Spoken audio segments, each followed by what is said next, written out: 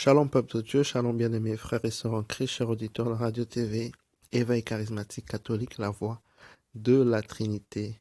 C'est votre frère Afi, je vous salue en ce matin dans le puissant et précieux nom de notre Seigneur Jésus-Christ de Nazareth. Je souhaite la paix, le shalom de notre Seigneur. En ce jour, j'aimerais partager la parole de Dieu tirée de Romains 8, verset 28. Romains 8, verset 28. Yahweh, nous te bénissons, Père, nous te rendons gloire, te disons merci pour ce moment. Nous t'élevons au-dessus de toutes choses, ô Yahweh. Que ton nom soit sanctifié, Père. Merci pour le souffle de vie et la force que tu nous accordes en ce jour et pour ce rendez-vous divin, Père, merci. La Bible dit que tu conduis les pas du juste et nous savons que ce n'est pas un fait du hasard, que tu permets que nous soyons en contact avec cette parole en ce jour. Nous te disons merci pour cela. Tu dis tout concourt au bien de ceux qui aiment Dieu. Oh Père, merci. Merci d'être là pour nous en ce matin. Merci de conduire nos pas. Merci de nous instruire par ta parole. Merci pour le sang de Jésus qui a coulé sur la croix pour nous. Nous étions autrefois pécheurs dans les ténèbres. Yahweh, par ton amour, tu nous as localisés. Ta grâce, Père, nous a délivrés. Ta grâce nous suffit. Nous célébrons ta grâce en ce jour. Nous t'élevons, nous te disons merci. Saint-Esprit, nous t'élevons, nous te bénissons, nous t'invitons, remplis ce moment de la présence du Seigneur. La Bible déclare, là où il y a l'Esprit de Dieu, il y a la liberté d'enfant de Dieu. Je prie, Saint-Esprit, que par cette parole libératrice, oui, qui est communiquée en ce jour, que les écailles de nos yeux tombent, que nous puissions grandir dans les voies de Dieu et marcher en homme, en femme libre en Jésus-Christ. Influence notre entendement, influence notre compréhension, sature l'atmosphère spirituelle et physique au nom de Jésus. Amen. La Bible déclare dans Romains 8 au verset 28, « Nous savons que pour ceux qui aiment Dieu, ceux qu'il a choisis et appelés, Dieu se sert de tout pour leur bien. » Dieu se sert de tout pour leur bien. Alléluia. C'est vraiment un réconfort. C'est vraiment une parole qui vient nous rassurer que quel que soit ce par quoi nous sommes en train de passer, injustice, épreuve, mépris, quel que soit ce par quoi nous sommes en train de passer, nous avons l'assurance par cette parole que le Seigneur se sert de tout pour le bien de ceux qui aiment le Seigneur. C'est pourquoi la Bible dit que Dieu fait justice aux opprimés. Il y a une récompense, comme Jésus disait dans Matthieu 5, pour ceux qui sont injustement accusés à cause du nom du Seigneur. Ceux qui sont injustement persécutés, la Bible dit, soyez dans la joie, soyez heureux que dans le ciel, il y a une grande récompense. Oui, bien-aimés, en ce matin, Dieu nous parle et il nous demande de ne pas paniquer. Il nous demande de ne pas parcourir ou encore avoir des regards inquiets. Parce que c'est lui qui nous sauve, c'est lui qui est là pour nous, c'est lui qui nous fait du bien.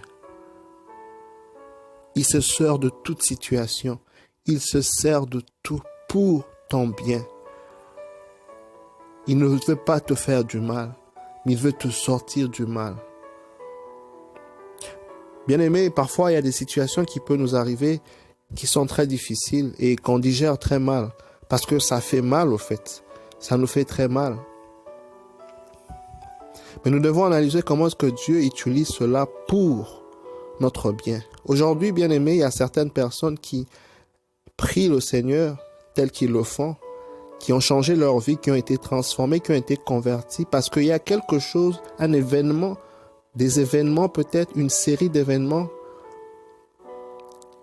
qui se sont passés dans leur vie. Ça les a plus rapprochés du Seigneur. Ça les a transformés.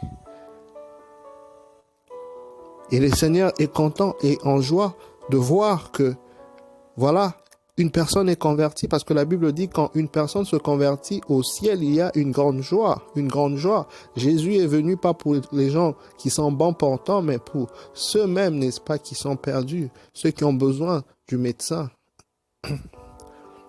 Donc tu peux traverser des moments difficiles, une série d'événements sombres, mais que cela te pousse, bien-aimé, à changer, à te convertir.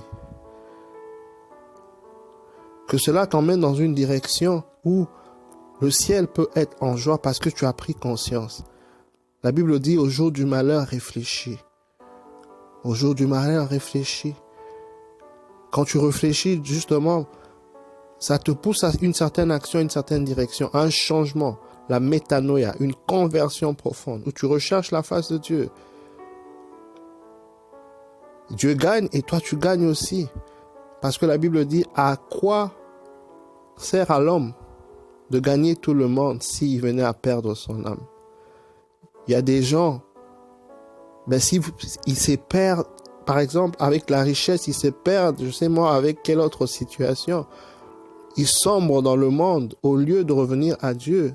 Où ira leur âme? Où ira leur âme? C'est pourquoi quand tu traverses des moments difficiles dans la vie, quand tu traverses des épreuves, bien-aimé, tu dois te souvenir de cette parole de Romains 8, 28. J'aime cette parole qui dit « Dieu se sert de tout pour notre bien ». Donc, il y a certaines situations qui peuvent nous emmener à connaître le Seigneur dans une certaine dimension, simplement parce que nous avons connu certains coups dans la vie, certaines trahisons, certaines pertes, certains échecs, certains mépris. Pendant que tu m'entends ce matin, peut-être tu as traversé des moments où ton cœur a été meurtri, où ton cœur a été blessé. La Bible dit que Dieu guérit les cœurs meurtris. Le Seigneur veut te guérir, t'apporter la guérison intérieure, la guérison des blessures intérieures dont tu as besoin. Par son Saint-Esprit. Il veut faire un travail de profondeur. Mais il veut que tu saches qu'il est de ton côté, qu'il est ton avocat, qu'il est mort sur la croix pour toi, qu'il parle en ta faveur auprès du Père, il intercède de manière continuelle en ta faveur. Et il se sert de tout pour ton bien. On peut t'avoir jeté des flèches, comme Saül qui jetait des flèches à David, mais il n'a pas pu l'éteindre. Il n'a pas pu l'atteindre.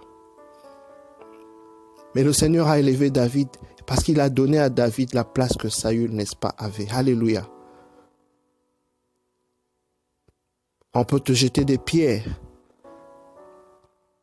Mais ces pierres, justement, peuvent servir à ce que ça devienne comme un marchepied. Ce tas de pierres peut être élevé pour que tu puisses passer au fait à la hauteur. On peut te jeter des citrons ou toute autre chose. Tu peux toujours le recevoir par humiliation, mais en faire toute une compagnie qui crée, par exemple, de la limonade, qui crée autre chose.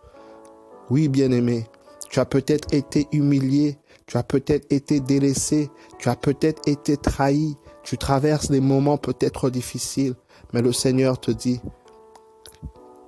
tout concourt au bien de ceux qui aiment Dieu. Il se sert de tout pour ton bien. Il veut te restaurer. Il veut te redonner un nouveau départ. Il veut te donner une nouvelle vie.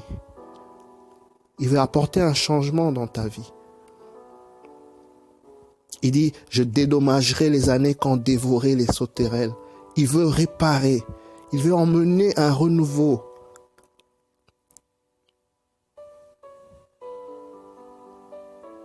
La Bible dit dans le psaume 23, si tu marches par la vallée de l'ombre de la mort, son bâton, sa houlette te rassure. Il est là avec nous. Il travaille en notre faveur. Regardons le cas de Joseph, qui a été trahi par ses frères, ses propres frères, vendu. Il a failli être, n'est-ce pas, tué. Mais bien aimé, ça faisait partie d'une orchestration divine pour emmener au fait Joseph à l'élévation. Dieu a tout fait concourir pour la gloire,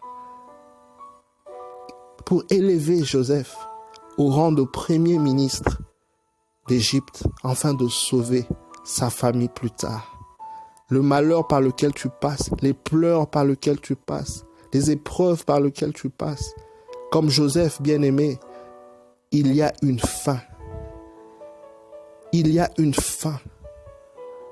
La Bible dit la fin d'une chose vaut mieux que son commencement. Il y a une fin. Accroche-toi au Seigneur. Persévère. Joseph a persévéré dans le Seigneur. Il n'a pas sombré dans le péché. Même quand il était tenté par la femme de Potiphar, il n'a pas péché. Il a fui le péché. Fuis le péché. Attache-toi au Seigneur. Demeure intègre pour que la faveur de Dieu, la bénédiction de Dieu soit toujours avec toi. La Bible nous parle de Jacob qui a été bien-aimé, trompé par Laban, qui le payait mal. Il l'a trompé dans la mesure où, au lieu de donner, n'est-ce pas, sa deuxième fille Rachel pour mariage, il a donné sa première fille Léa. Jacob a été déçu. Il a eu un salaire maigre. Il était dans la pauvreté, dans la misère. Mais la Bible dit que quand il est sorti de chez Laban, après une vision, une révélation que le Seigneur lui a montré comment devenir riche, les enfants de Laban se sont dit, il a volé la richesse de notre père. Mais non, c'était faux. Le Seigneur, au fait, l'a récompensé pour toutes ces années qu'il avait perdues. Bien-aimé, peut-être que tu te plains pour ton positionnement, ton travail, ton salaire, tes affaires.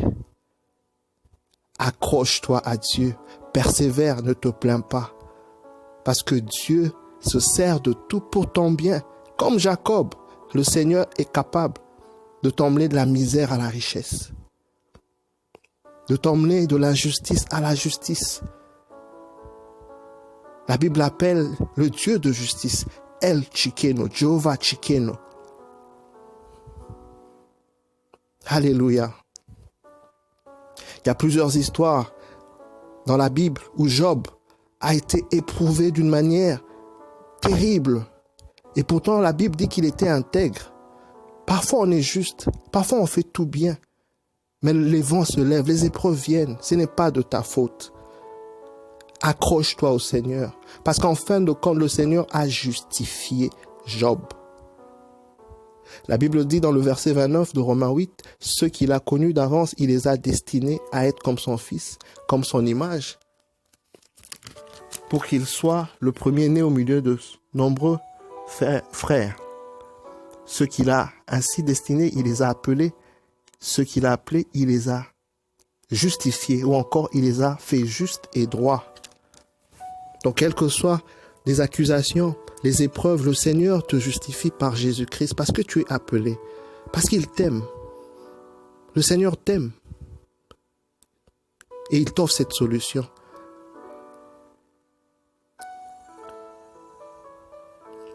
La Bible nous parle de Tobie et Sarah. Sarah a eu des hommes avant en mariage, mais qui ne pouvaient pas du tout, avec qui elle ne pouvait pas continuer le mariage parce qu'ils mouraient. Mais avec Tobie, ça a été différent. La Bible dit, Tobie et Sarah ont prié le Seigneur. Prier déjà, c'est mettre en pratique le commandement du Seigneur où il nous demande de nous inquiéter de rien et de prier. Or, la Bible dit, aimer Dieu, c'est mettre en pratique ses commandements. Donc, ils étaient au fait en train d'honorer Dieu, d'aimer le Seigneur, de prouver leur amour pour Dieu. Et le cycle de la malédiction s'est arrêté avec Tobie. Oui, même s'il y a eu une série d'événements tristes, une série d'événements malheureux, une série d'événements de pleurs, c'est encore possible que le Seigneur, quand tu l'aimes, quand tu l'honores, quand tu te donnes à lui, quand tu le sers, de te justifier et de mettre fin au cycle de la malédiction. C'est encore possible, comme il a fait pour Tobie et Sarah. Alléluia. Oui, bien-aimé, la Bible dit, nous savons que pour tous ceux qui aiment Dieu, Ce qu'il a appelé, il se sert de tout pour leur bien. Rassure-toi d'aimer Dieu en mettant en pratique sa parole, en mettant en pratique ses commandements. 1 Jean 5, 4 dit, les commandements du Seigneur ne sont pas pesants. Demande l'aide du Saint-Esprit pour ne pas sombrer dans le péché. Demande l'aide, faisons une prière de chaque jour. Demande la grâce de Dieu pour te tenir debout. Demande la grâce de Dieu pour l'aimer, pour mettre sa parole en pratique. Voilà le défi du chrétien, du fils et fille de Dieu, de mettre en pratique. Non pas d'écouter seulement ou de dire que j'aime Dieu, mais de mettre en pratique sa parole. Et c'est le Saint-Esprit qui nous permet de le faire.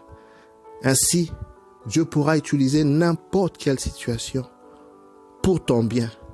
1000 tombera à gauche, 10 000 à droite. Toi, tu ne seras pas atteint parce que tu es en alliance avec le Seigneur. Que le Seigneur te bénisse, t'accompagne, bien-aimé. Et je te demanderai de partager la bonne parole de notre Seigneur, la bonne parole, l'évangile autour de toi, autour de tes contacts. Sois béni et à très bientôt. Bye.